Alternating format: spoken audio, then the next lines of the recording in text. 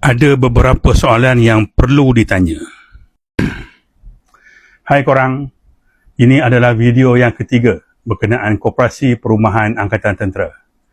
Video ini adalah susulan perjumpaan bersama beberapa ahli dalam grup WhatsApp mangsa KPAT pada 17 hari bulan yang lepas.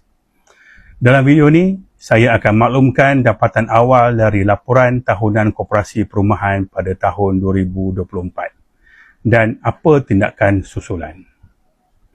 Berpandukan daripada laporan tahunan tersebut, kedudukan kewangan Koperasi Perumahan Angkatan Tentera adalah seperti yang saya tunjuk ni.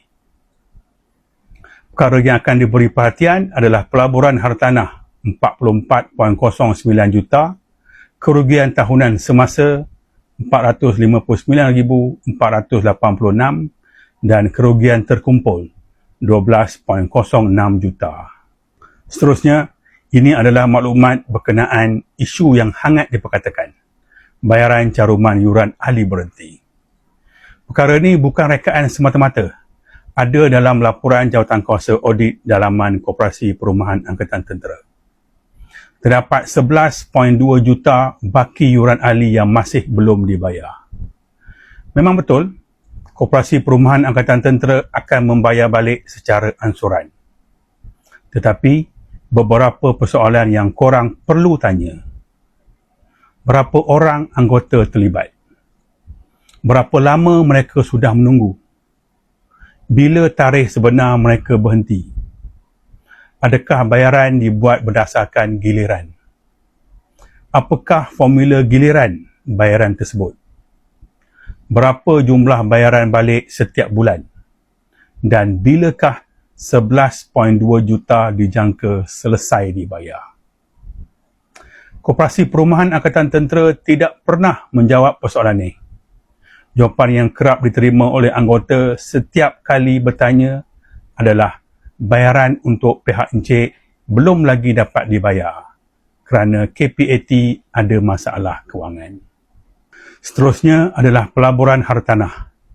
Berikut adalah senarai hartanah Koperasi Perumahan Angkatan Tentera.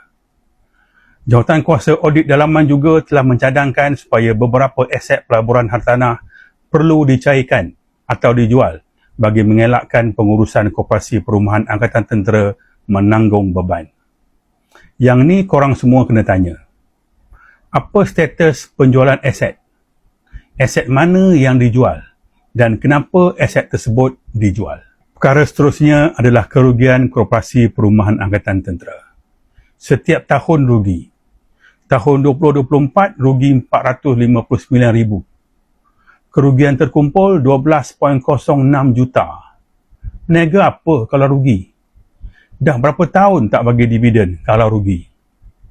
Yang menarik perhatian saya adalah perbelanjaan tahun 2024 iaitu 2.37 juta.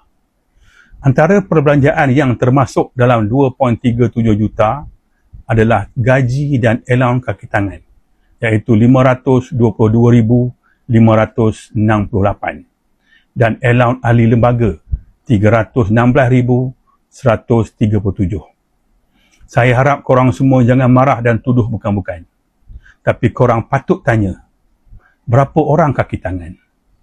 Apa skop kerja? Berapa gaji purata mereka? Apa asas pengiraan allowance ahli lembaga? Dan apakah prestasi yang menjadi ukuran?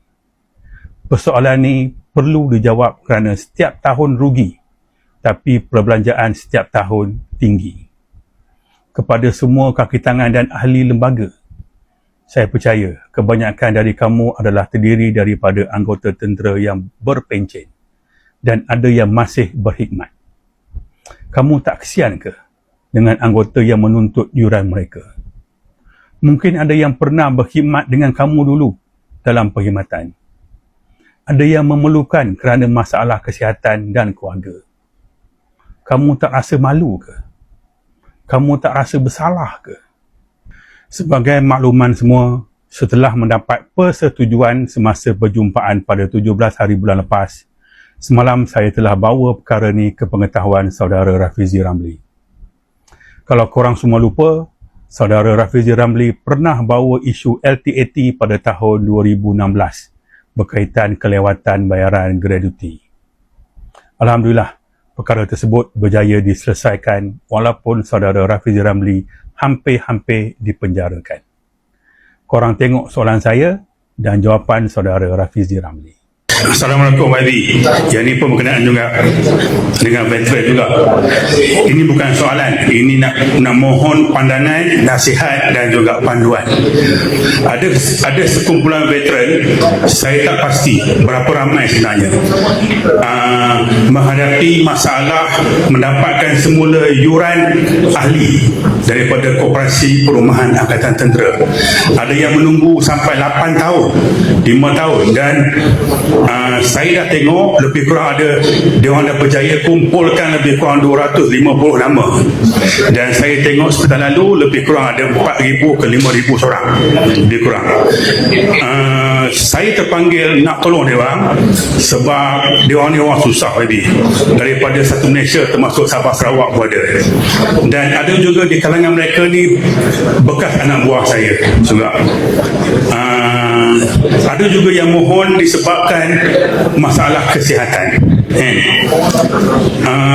So saya nak minta pandangan daripada YB, macam manakah cara nak bantu dia orang? Adakah kalau kita menggunakan konsep ziarah bersama tu kita boleh? Itulah YB, mohon pandangan, nasihat dan juga inilah, terima kasih. Itu terus juga kepada kena Fadli kan, Major Fadli. Yang itu I think let's find a date sometime next week to sit down for me to go through the cases, kan? Sebab macam saya katalah, in the last saya ingat, bukanlah aku nak masuk bakul angkat sendiri. Kalau saya masuk bakul angkat sendiri pun saya tak mampu sebab saya berat. I cannot lift myself, kan. Cuma memang betul in the last 15 years saya saya nyaris masuk penjara tau. Saya dijatuhkan hukuman OSA 2 tahun penjara sebab tentera lah. Kes macam inilah Major. Masa tu tahun 2015, kumpulan veteran datang jumpa pasal pencen dia orang lambat bayar, pasal gratuity dia lambat bayar. Nobody wanted to talk about it. Saya tahu pasal YMDP, kan. So I talk, dia orang dapatlah gratuity. Cuma ini saya nak complain sikit lah, kan. Saya melalui pengalaman itu tau. Saya tunjuk semua, dia orang dapat gratuity semua, kan. Lepas tu bila saya kena, seorang pun tak kontak aku tau.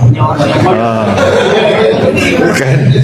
So saya melalui yang itu, bukanlah nak berkira, but I have gone through that stage yang masa tu saya muda lagi, umur dalam 36, 37. Terasa macam bodohnya lah aku. Here I am nak masuk penjara, anak bini semua. Nobody even said a single thank for bringing it up. Cuma yang ini tak ada OSA, kan. So tak masuk penjara dan okey. So I think kita sit down next week, sebab isu macam itu kalau kita escalate, insyaAllah lah someone will pick it up. Masalahnya ialah isu-isu kebajikan tentera semua ni, it's not amplified. Kalau hanya semata-mata daripada veteran ke apa, dia tak pick up. Dia kena politician yang buat bising lah, kan. Akhir sekali, saya dah buat appointment dan saya akan berbincang dengan saudara Rafizi Ramli pada minggu depan. InsyaAllah nanti saya akan update perkembangan. Saya juga harap kita semua bagi sokongan moral kepada saudara Rafizi Ramli sekiranya berlaku apa-apa kepada beliau ketika cuba selesaikan perkara ini. Semoga jumpa di video-video akan datang. Terima kasih. Assalamualaikum dan salam sejahtera. Bye-bye.